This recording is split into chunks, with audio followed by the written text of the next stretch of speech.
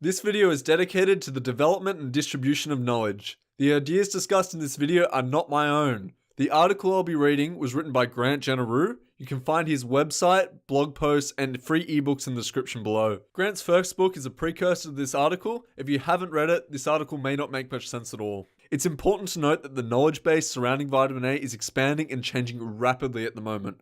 Grant's recommendations and ideas may have changed from the time this article was written and the time at which you're reading it. All references in the article will be linked in the description, and all charts, graphs, etc. will be shown on screen. This is really important as these charts are critical to understanding the article. Please don't forget to subscribe and comment your opinion on the subject. We really need as much input as possible from all angles and perspectives.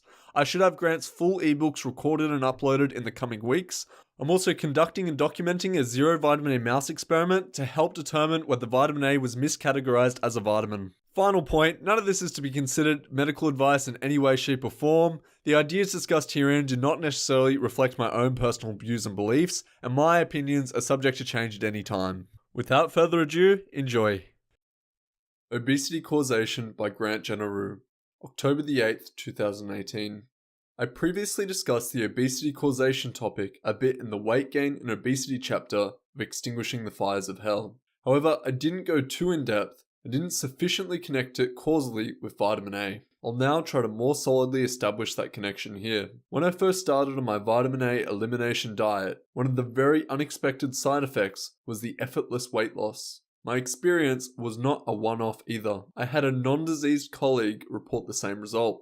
Even though we had vastly simplified our diets, it was still providing ample calories, 3,000 or more, and all the required nutritional elements. Although N equals 2 in this study, for two men in their late 50s to quickly drop around 30 pounds each, and without trying at all to do so. That result was quite intriguing. There was indeed something very unexpected going on here. It's especially so considering that we've both effortlessly kept that weight off for 3 years now. So, with that experience, I had theorized that the body was simply getting rid of fat it no longer needed. More specifically, I had theorized that the body had originally stored the additional fat as a protective measure against excess circulating retinol. Basically, the adipose tissue were taking on some of the load from the liver and thereby scrubbing excess retinol out of circulation. After all, for the liver to take on more retinol storage, it absolutely must get fatter to accomplish that task. But at the same time, I was not very satisfied with that simplistic explanation for the adipose cells either. The problem with it was, why were these adipose cells that were taking on the extra retinol not themselves adversely affected by it too? Why don't they become inflamed and invoke an autoimmune reaction, as do the stem cells of the epitheliums? Well, it took a while for me to see the obvious. Quite obviously, they are indeed being affected in almost the same way. The important distinction is that the adipose stem cells are much simpler in structure and don't generate the complex cell adhesion proteins needed to tightly stitch themselves to each other. Since they don't generate these proteins, then they don't generate the immune-alerting defective and foreign species looking proteins. But the way that the adipose stem cells do behave similarly to the epithelium stem cells in response to vitamin A toxicity is that they too are forced into a perverse state of abnormal rapid replication. At least that was my sub-theory on the causal mechanism. Of course, many people will quickly conclude that it was the sugar reduction that was responsible for the fat loss my colleague and I experienced. However, that's simply not true. I tested that possibility by consuming quite a lot of sugar, and the weight did not come back. I also used the following charts in Extinguishing the Fires of Hell to demonstrate the sugar alone is not to blame for the original weight gain. Here's a copy of that section for easy reference. Let's consider the obesity trends that are going on in the USA, Canada, the UK, and chocolate-loving Switzerland. This trend pattern is quite revealing. Figure 1, average daily sugar consumption for selected countries. There are a few very important observations to make here. The first is to note that Switzerland's average daily sugar consumption is higher than that of Canada's, and has been consistently so for about the last 5 decades. The second observation is a significant and steady decline in consumption of sugar in the UK. Next, let's look at the trend lines for obesity in these countries. Figure 2, average BMI for selected countries. Even though Switzerland has higher average daily sugar consumption than that of Canada, they have significantly less obesity. More striking is the slope of the trend lines. Canada's trend is dramatically higher. Next, consider the contradiction in the sugar consumption between the UK and Canada. Even though the consumption in the UK has steadily dropped significantly over this time, and Canada's has steadily increased over this same time, the average BMI trend line for these two countries are nearly identical. Therefore, this completely contradicts the theory that sugar consumption is causing obesity. Additionally, many other people who do eliminate sugar from their diets do not experience much weight loss, and if they do, they can't seem to keep it off. Then, whenever I traveled to the USA, I noticed that there is a significantly higher rate of obesity, and even moderately overweight people there than compared to Canada. This is no small detail. Statistically, about 70% of all Americans over the age of 20 are now overweight or obese. CDC.gov. But you don't have to look at statistical data. It is easy to see it almost everywhere you go. Just walk down a busy street or go to a supermarket and scan the crowd. Just making a rough ballpark type guess, I'd put the USA at having about 30% more serious obesity than compared to Canada. How can that be possible? Both the USA and Canada have our dairy supply supplemented with vitamin A, so that alone can't account for the difference. But it's quite understandable when you learn that many of the breads, flours, and breakfast cereals in the USA are supplemented with vitamin A, whereas in Canada they are typically not. Some people might want to interject here and blame the difference in our national obesity rates just on lifestyle choices. But that excuse does not cut it either, because the lifestyle in the USA is very similar to that of Canadians too.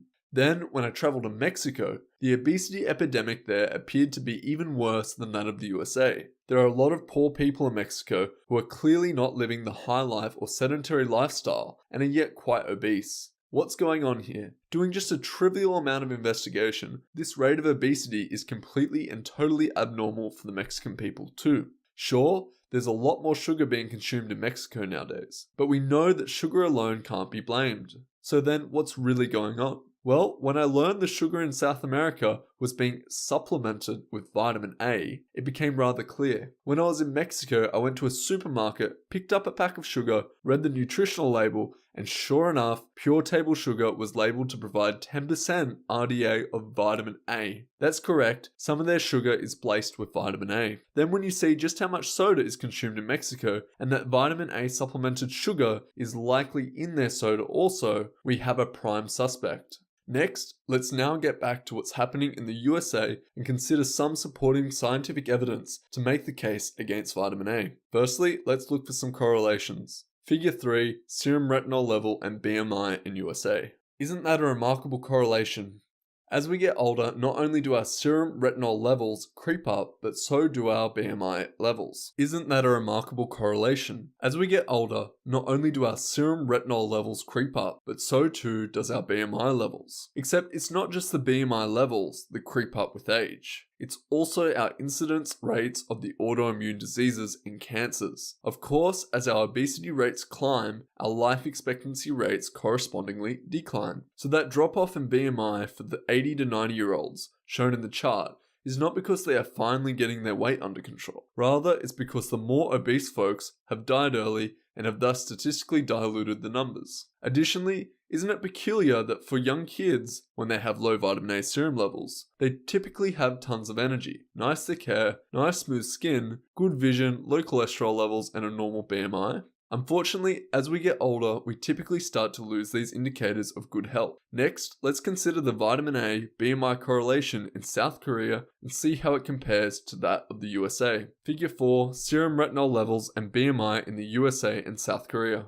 The average South Korean vitamin A serum levels of vitamin A are much lower than that of Americans of the same age. Correspondingly, so are their BMI levels. Maybe even more important is that the average BMI level in Korea are rather steady over a wide age range and only creep up slightly by age 60. So it could be that serum levels above 1.5 micromole per litre are dangerous, whereas those below are more safely managed by the body's regular defense systems. Of course, we all know that correlation alone does not determine causation. In the field of causation theory, there is a fundamental premise that states that causation cannot be inferred without manipulation. What that means is that to claim a causal influence, we need to prove that directly manipulating an input variable has a corresponding measured response, within some range of statistical significance. Fortunately, we do indeed have that supporting evidence to claim a causal factor with the retinoids and obesity. Firstly, we have the somewhat inadvertent results from a study where dietary vitamin A, even in the form of beta-carotene, was increased, resulting in obesity.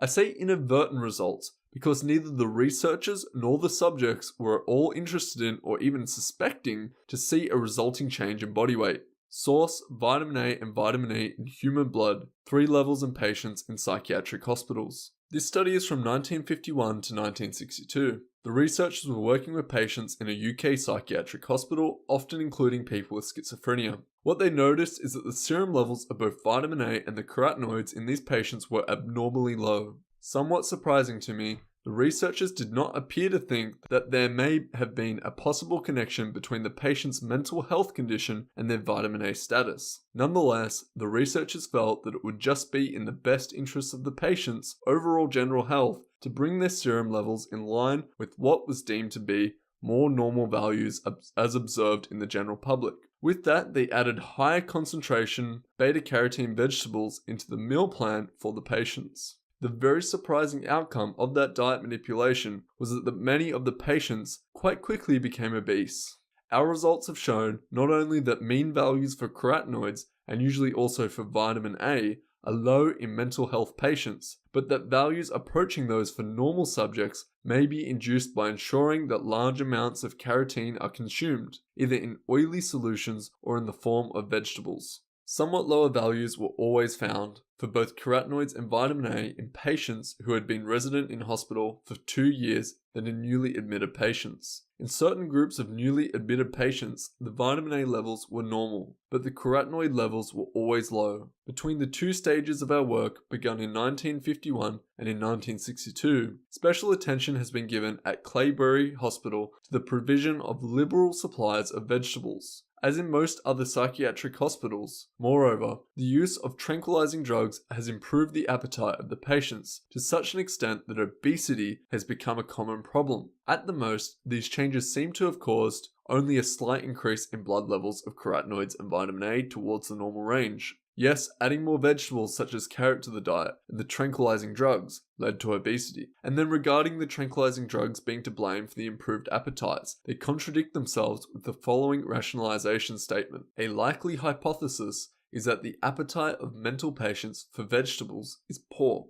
and that these are not eaten in amounts typical of normal subjects unless special measures are taken. An alternative hypothesis, perhaps less probable, is that in mental patients the deficiency of the absorption and conversion of carotene is reduced. Increased quantities of carotene must therefore be given, above the requirements of normal subjects in order to sustain the levels of carotene and vitamin A equal to those in normal subjects. Regardless, I like these types of inadvertent experiments because they are ideal double-blind studies. Neither the researchers nor the people in the studies realized or were even aware that the effect on obesity was being considered as an outcome. As a side note, many people with schizophrenia report a surge in weight gain just before their first encounter with the disease conditions. Also, very interestingly, the lower the normal serum levels of vitamin A is observed in autism, IBD, depression, and Alzheimer's disease too. Most surprisingly, it's very significantly so in cystic fibrosis too. So where is their serum retinol magically disappearing to? Could it be into retinoic acid? Isn't it also interesting that the documented psychiatric side effects of retinoic acid toxicity are a perfect match for the symptoms of schizophrenia, autism, and even Alzheimer's? I digress.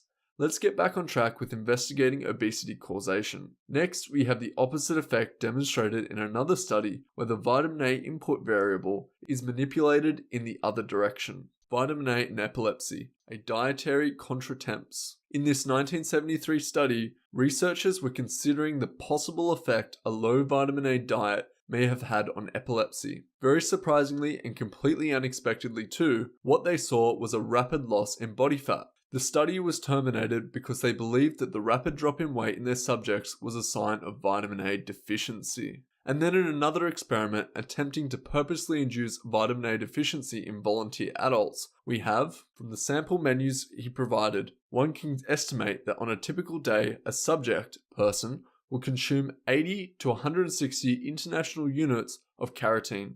Thiamine was estimated to be adequate, and absorbic acid was given as a supplement. Energy density was kept high to prevent weight loss due to lack of appetite and for psychological reasons. Indeed, for the first 3.5 months, all subjects gained weight.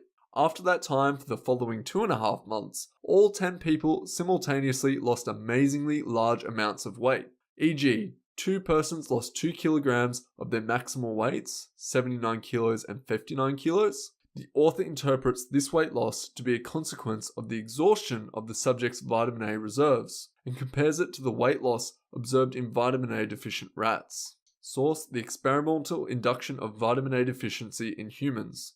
By combining the results of these 3 studies, we satisfied one of the key requirements of making a causal association claim. Therefore, we have both a solid correlation and required manipulation experiments supporting our general theory. But what about the specific sub-theory that retinol overload is driving adipose stem cells into an abnormal state of more rapid replication? Surely this has been investigated. After all, the retinoids, and more specifically vitamin A and retinoic acid, are some of the most studied molecules in all of medical science. It has indeed been studied. Here's a 2016 report documenting the adipogenesis effects of retinoic acid, circulating retinoic acid levels, and the development of metabolic syndrome. Quote, adipogenesis is a differentiation process regulated by the complex interactions of some RXR heterodimeric partners. In 3T3L1 adipocyte differentiation assays, retinoic acid effects vary retinoic acid effects vary as a function of the stage of adipogenesis and relative retinoic acid receptor peroxisome proliferation, proliferactivated receptor gamma, and RXR expression, inhibition of endogenous retinoic acid production by the inactivation of retinaldehyde dehydrogenase, the primary retinaldehyde metabolizing enzyme, increased energy dissipation and reduced abdominal fat accumulation, thus preventing and ameliorating diet-induced obesity. Although the role of retinoic acid in adipogenesis has been generally proven in vitro, little information on the relationship between serum retinoic acid levels and METS, as well as its components, is available for the Chinese population. Even though the documented adipogenesis is being induced by retinoic acid, we need to remember that retinoic acid is readily produced just by a somewhat high dietary intake of vitamin A. Quote, retinoic acid is present in both the fasting and postprandial circulations where it is bound to albumin. Immediately following the consumption of retinol-rich meal, mean plasma concentrations of retinoic acid was observed to reach 254 nanomoles a liter, but was quickly restored to fasting concentrations of 14 nanomoles a liter in 10 male volunteers. End quote. The oxidation of retinol into retinoic acid will happen even more so once a person ages and starts approaching their liver's maximum storage capacity. But let's not forget that in North America, much of our dairy is being directly supplemented with additional retinol too. Quote, vitamin A and or D should be considered in the hazard analysis for plants fortifying milk products, as overfortification could result in toxic levels. The target level for vitamin A and D in milk manufacturers in the USA is 2,000 international units per quart and 400 international units per quart respectively. The US FDA currently considers levels in excess of 6,000 international units per quart vitamin A and 800 international units per quart vitamin D to be a potential health concern. Vitamin fortification might be controlled under a CCP or PP, depending on a firm's hazard analysis. Preventing overfortification is accomplished by careful monitoring of vitamin concentration addition, proper measurement of pump feed rates, and determining whether the volume of concentrate used per product batch is in relative agreement with the theoretical value required to achieve the desired fortification level. End quote. Therefore, the chance of surging one's retinol intake are considerably higher with frequent milk and cheese consumption. And, yes, there has been a case in Canada where a dairy producer did not have the injection pumps set correctly, and some kids were subsequently killed by drinking the milk. Somewhat strangely, even though fortifying low-fat milk is a legislative requirement in Canada and the USA, it's not in the UK. How can it be that all those people in the UK drinking low-fat dairy have managed to avoid vitamin A deficiency symptoms. Sorry, I digress again. Pasteurized milk causes scurvy. What about pasteurization? Could the heating of casein with its embedded retinol generate retinoic acid too? I think it probably does. Here's why. Firstly, consider this report. The effect of Holder pasteurization on nutrients and biologically active components in donor human milk. A review. Quote, a 34% reduction in vitamin A is reported after pasteurization and categorized as being significant. End quote. Okay, so what happened to the missing retinol post-pasteurization? Where did it disappear to? Of course, it didn't just disappear. It was oxidized and otherwise broken down. Then consider this interesting little ditty. Pasteurized milk is reported to cause scurvy too. Quote, most people are familiar with scurvy, a disease that results from vitamin C deficiency. Fortunately, scurvy is rare in Western societies. It is still seen in infants who are fed a diet of boiled or pasteurized milk. Osteoporosis can be caused by vitamin C deficiency and is seen in both infants and adults who have scurvy. Vitamin C is important in the production of a material called collagen. Collagen is perhaps best described as a fibrous tissue into which mineral is deposited in the bone. Together with mineral, collagen gives bone its strength. While it is clear that vitamin C is necessary for bone health, vitamin C deficiency is rare. Vitamin C supplementation as a general preventative measure for osteoporosis does not appear to be warranted. Vitamin A is also popularly known today as beta-carotene. Beta-carotene is actually a precursor to vitamin A. Vitamin A is considered critical to normal growth of the skeleton, but excessive vitamin A poses real dangers. Vitamin A intoxication causes weakness, fatigue, emotional disturbances, headache, aching in the muscle and bones. Unfortunately, vitamin A is also one of the vitamins often taken in excess in the United States because of recent reports suggesting its beta-carotene content may be protecting against cancer. End quote. How can it be possible that for infants drinking pasteurized or boiled milk instead of raw milk, there's an increased risk for scurvy? That does not appear to be logical because milk, pasteurized or not, contains only trace amounts of vitamin C at 0 milligrams per 100 grams. But then consider the 1937 study titled Concerning the Toxicity of Vitamin A, Washington University Medical School. In this study, the researchers believed that they had induced scurvy in their animals just by having them on a high vitamin A diet. Quote, since the rat is known to be capable of synthesizing vitamin C, it is not susceptible to scurvy. It is difficult to explain this action of vitamin C. A possible explanation is that vitamin C destroys the toxic factor and that all the vitamin C synthesized by the rat is used up in this process, leaving it susceptible to scurvy. Scurvy of the rat has never been described, but the symptoms produced by fish liver oils are not unlike scurvy. They include failure to grow, hemorrhages, particularly from the eyes and nose, but to some extent from other mucous membranes,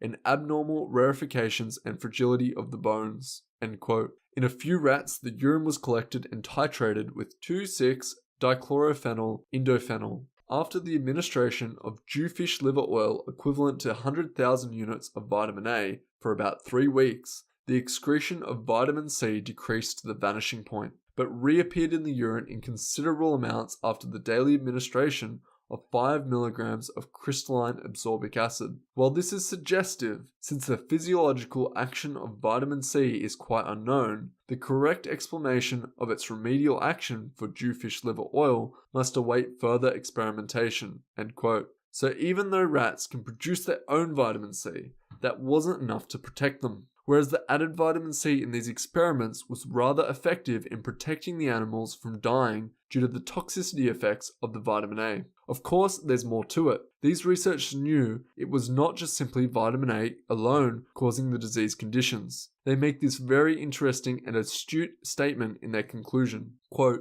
in addition to vitamin A, fish liver oils contain a toxic principle, at present not identified. End quote. Since retinoic acid was discovered around 1960, these researchers back in 1937 would not have known about it as being the hidden additional toxic principle that was causing the scurvy, in addition to all the other diseases and ultimate death in their animals. Next, consider this little ditty from the same study. Quote, when the unitage of vitamin D exceeded that of vitamin A, the combination was far more toxic than the same amount of vitamin A alone. End quote. Of course, many people in North America have been consuming fish oils thinking that it is good for us. And then remember that those injection pumps that the dairy produces are pumping both vitamin A and D directly into our low-fat milk supply.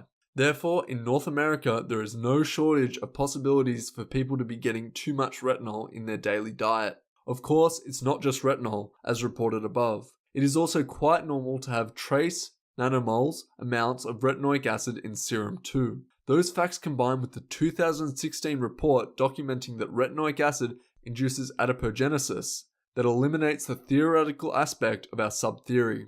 Therefore, very slowly, over the years, vitamin A and daily spikes in its downstream metabolite of retinoic acid are just going to make us fatter and fatter. So, with this final detail established, we now have solid supporting correlations, manipulation experiments, and a direct documented causal mechanism. That should leave you with so little doubt as to one of the major forces driving the obesity epidemic. That's all rather bad news. But the good news is that our intake of retinol is under our control, and obesity caused by it is quite readily reversible too. I am now getting direct reports from people who are dropping amazing amounts of weight after adopting a vitamin A-free diet. Here are just a few examples. From John, I have been losing a lot of weight, 50 pounds in the last 15 weeks, and expect to lose another 40 pounds in the months ahead. End quote. From Dan, in 6 months I lost 80 pounds and my skin cleared up. End quote. From Dave, after 4 months of being on a vitamin A elimination diet, I've lost 30 pounds. It has just evaporated. End quote. From Albert, even though I'm now consuming about 5,000 calories per day, I'm not gaining weight. End quote. Nonetheless, I don't want to put the entire blame for obesity on vitamin A either. Like with so many other aspects of the autoimmune diseases and the psychiatric disorders, there is no single cause. The root causes and mechanisms are more complicated and multifactored. For example, let's consider the combined effects of retinoic acid and sugar. As that retinoic acid drives up the rate of adipogenesis, those new cells will in turn demand more energy. That then drives up the appetite and the craving for sugar or other sources of glucose. It's all very subtly and yet directly interconnected. I'm also quite sure that there are vitamin A-free diets that could still induce the obesity effect if regularly overconsumed. But at least you now know the identity of one of the most significant hidden factors. It's a poison vitamin that's making many of us fat and sick. Thank you so much for listening. This is a topic that demands attention and respect as it potentially affects every person on the planet, especially as the diet around the world becomes more westernized. In order to get to the bottom of this, we need exposure as well as healthy and robust discussion. You can really make a difference by commenting, subscribing, liking, and or sharing this video. You can check out Grant's other articles, ebooks, and my mouse experiment by clicking on the link to my YouTube channel, Ye It LDT, below. And don't forget to check out Grant's website and forum. Let me know in the comments what you think about Grant's theory, be it positive or negative. Do you have an experience with vitamin A? All the best, thanks again, and take care.